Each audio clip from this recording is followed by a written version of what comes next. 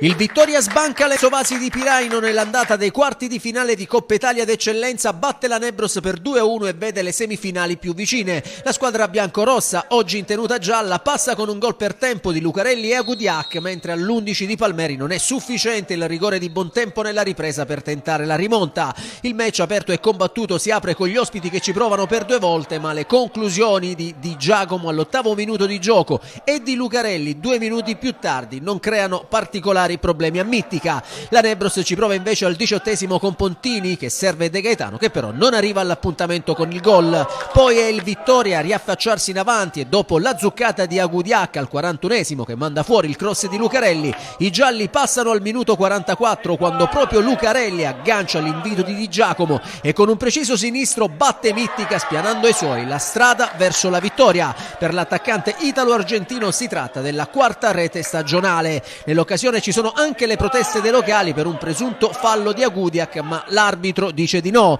Nella ripresa ancora ospiti in avanti e dopo 2 minuti Cannarozzi calcia debolmente sul portiere. Capovolgimento di fronte, Pontini col sinistro non riesce ad indirizzare in porta la sua conclusione. Bersaglio che al 51° centra invece il Vittoria quando Agudiac di testa spedisce alle spalle di Mittica il cross di Ardes, facendo così Nebros 0, Vittoria 2 e per il centravanti biancorosso è il 7° centro in stagione. Nonostante il doppio svantaggio, la Nebros non si dà per vinta e al 70° riapre la sfida su calcio di rigore concesso dal signor Aneli per un fallo su Pontini. Dal dischetto Fabrizio Bontempo non sbaglia, firmando così il gol dell'1-2 che gli vale come terzo sigillo stagionale. I locali ci credono e 2 minuti dopo troverebbero anche la rete del pareggio, ma il fischietto di Palermo su indicazioni del secondo assistente annulla per fuorigioco. Nel finale la squadra di Palmeri prova l'assalto disperato, Guadagnoli al 75° però manda fuori di testa. Locali che all'81° reclamano un secondo penalty su Guadagnoli, ma Aneli concede solo punizione dal limite che Petrullo calcia tra le mani del portiere. E infine Di Vita all'87° spara sul fondo da posizione vantaggiosa.